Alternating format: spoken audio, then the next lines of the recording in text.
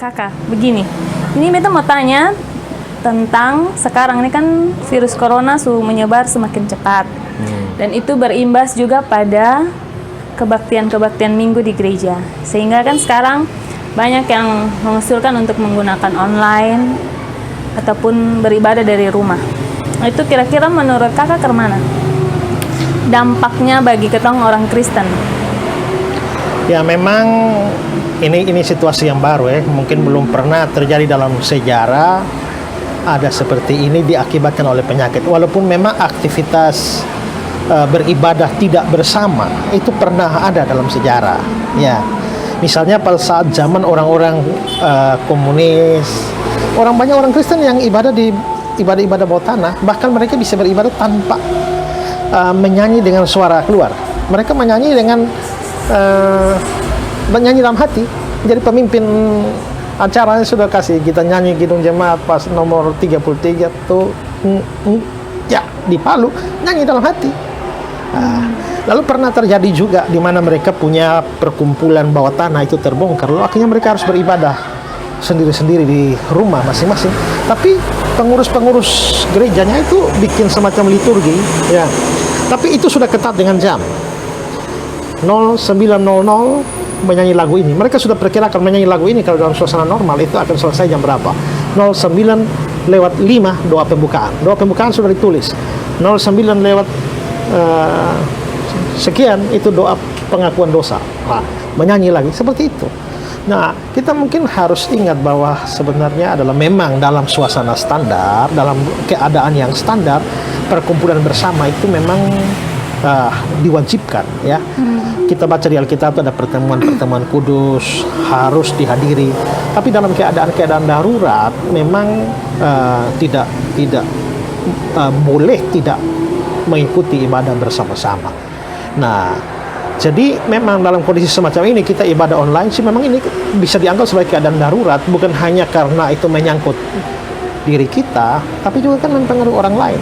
Nah, sekarang kalau kita tetap mau beriman, tetap ibadah sama-sama, terus kalau itu akhirnya mempengaruhi begitu banyak orang, bayangkan 100 orang saya datang ke Baktian, pulang masing-masing sebar 100 orang kena, lalu kena ke keluarganya, ini, wah itu artinya justru gereja itu menjadi agen pembawa corona kepada orang lain. Jadi memang akhirnya kita lakukan ibadah online. Ya oke, apa boleh buat karena kondisinya. Hanya memang menurut saya ada negatifnya memang. Negatifnya adalah bahwa tidak semua jemaat kita tuh siap dengan model ibadah seperti itu. Kita boleh live streaming, tapi yang gaptek-gaptek bagaimana? Ya. Opa-opa, oma-oma yang ya mungkin HP saja, bahkan HP saja mungkin tidak bisa dipakai. Ya, mau bagaimana? Ya, di gereja saya juga begitu. Makanya kita selain ikut bikin live streaming, tapi kita juga tetap siapkan liturgi. Jadi kalau misalnya mereka tidak bisa ikut live streaming, mereka bisa ibadah dipimpin kepala keluarga di rumah dengan liturgi yang sudah kita buat. Kita sudah buat 2 minggu ke depan. Kalau memang diperpanjang lagi, kita akan distribusi lagi untuk bikin ini. Lalu yang bisa pakai WA, kita kirim itu liturginya lewat WA supaya bisa dipakai. Nah, hanya terus terang bahwa saya tidak yakin sih bahwa semua jemaat bisa ikut live streaming, ya mungkin 25%. Tapi mau bagaimana lagi dengan kondisi semacam ini? Ya, kita tetap berusaha semaksimal mungkin supaya banyak. Ya, saya ada lihat status Facebook seorang teman bilang begini, sekian lama ibadah biasa, kumpul semua, sementara ibadah berlangsung lu online terus. Ya. Sekarang suruh online, lu protes. Jadi kita memang sekarang harus berusaha supaya kita memeras pikiran dan perlu mengembangkan cara-cara untuk bisa tetap memelihara persekutuan bersama orang Kristen di tengah situasi seperti ini. Tapi kalau menurut kakak kemana untuk mengangkat suasana? Karena kan kalau kita sendiri di rumah dengan kita di gereja satu kumpulan orang itu suasana untuk terangkat datang beribadah itu pasti berbeda. Ya memang itu secara psikologis juga mempengaruhi. Tapi memang kita tidak bisa tidak bisa mendapatkan sesuatu yang kita dapatkan bersama pada saat kita sendiri. Ya. Jadi memang di sini akhirnya kembali kepada kedewasaan rohani kita untuk sadar bahwa memang karena kondisi semacam ini ya sudah kita berusaha untuk mengkonsentrasikan diri dalam ibadah itu. itu mungkin akan lebih bagus kalau ibadahnya bersama dengan keluarga. Kalau bersama dengan keluarga kan kita tetap dalam suasana ibadah juga. Ya, hanya online ini kan orang bisa online dari rumah, atau orang bisa online di bawah pohon, orang bisa online dari dalam mobil, nah macam-macam. Nah memang itu bisa mempengaruhi konsentrasi. Tapi minimal kita lakukan sesuatu daripada tidak sama sekali. Gitu. Mungkin coba kakak kasih tips kira-kira bagaimana mempersiapkan diri dalam keluarga sebelum memulai ibadah itu di dalam rumah. Kita pertama semua mesti menyadari bahwa sebenarnya yang disebut gereja itu kan bukan gedung. Gereja itu adalah orang percaya. Coba kita pikir seandainya kita menjadi orang Kristen satu-satunya di satu wilayah di mana tidak ada orang Kristen sama sekali. Ya berarti ibadah kita sendiri kan? Ya sudah. Ini sebenarnya kalau kita sudah biasa saat teduh, ya sebenarnya tidak masalah. Nah, susahnya kalau kita tidak pernah saat teduh. Nah, kalau kita saat teduh, ya sudah terbiasa kita menyanyi, ya berdoa, membaca firman lalu berdoa. Saya kira tidak ada masalah yang terlalu berat. Ya, ingat juga bahwa kita tidak dilarang kebaktian.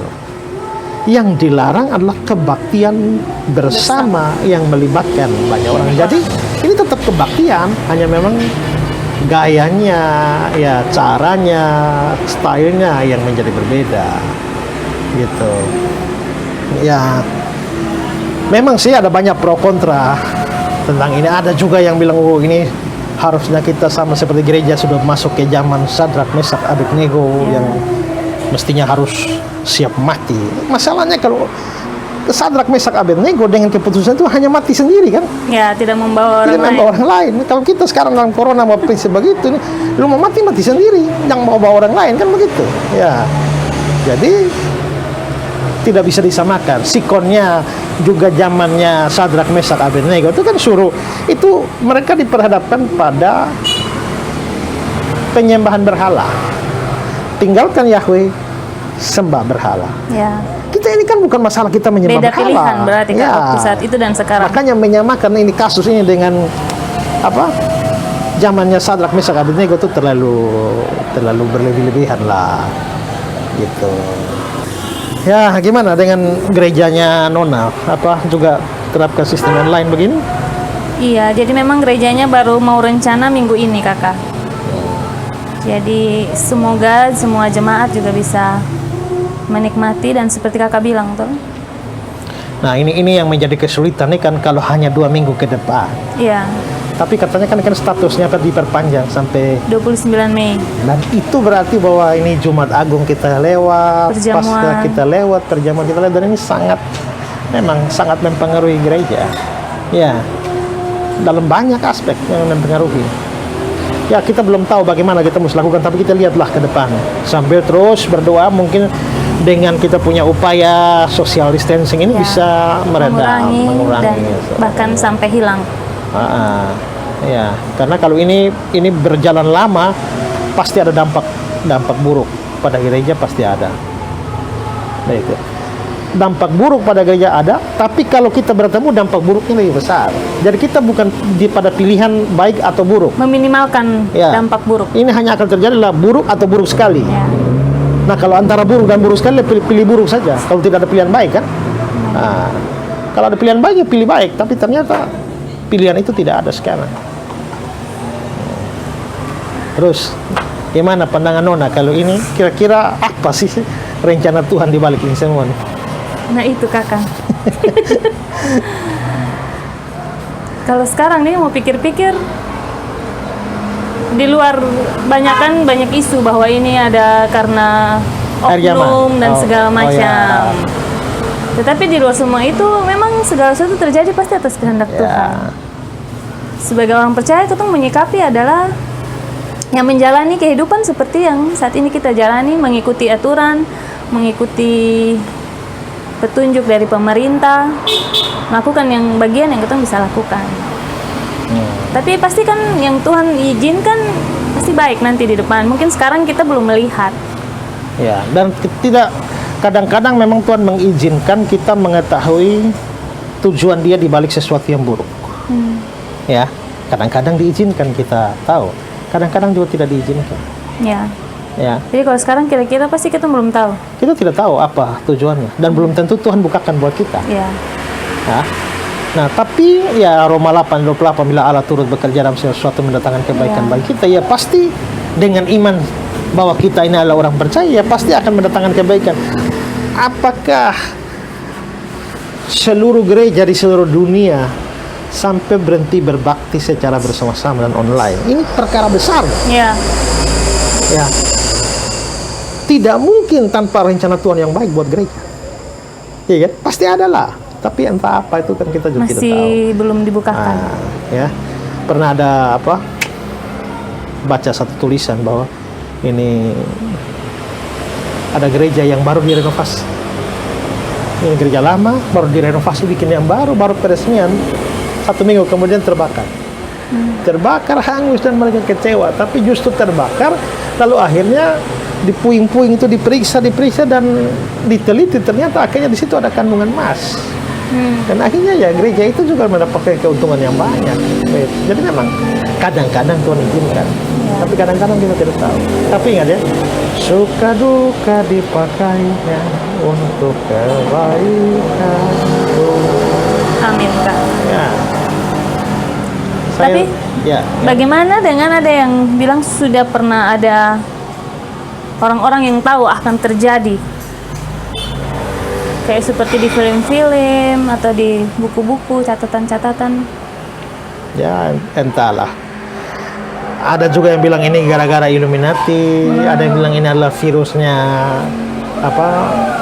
senjata biologis yang dipakai oleh negara tertentu. Ya kita juga informasinya juga simpang siur ya.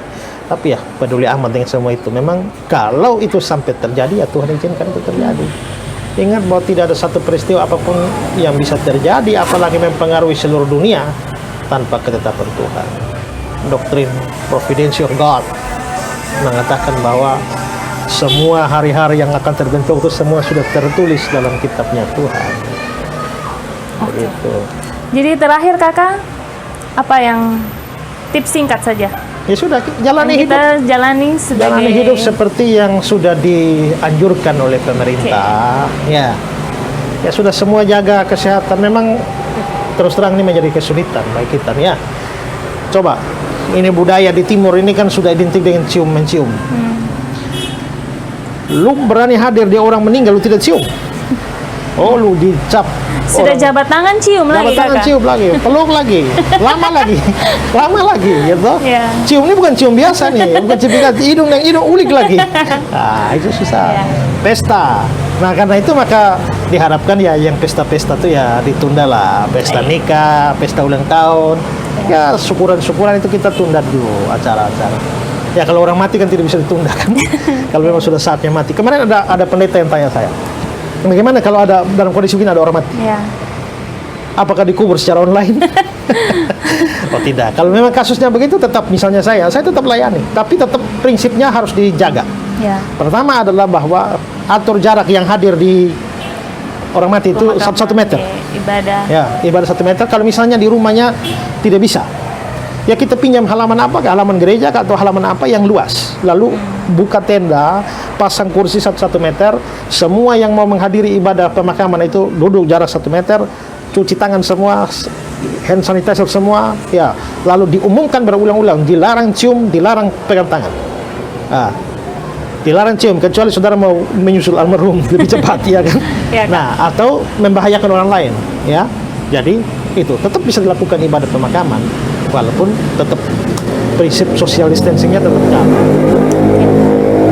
Jadi ya, Kakak. hidup kita semua pasti berubah lah dengan kondisi semacam ini dan tidak tahu berapa lama. Tapi sudah, mari kita menjalani dengan satu kepercayaan bahwa kalau Tuhan izinkan kondisi ini terjadi, pasti ujung-ujungnya kebaikan. Asal kita adalah orang-orang percaya.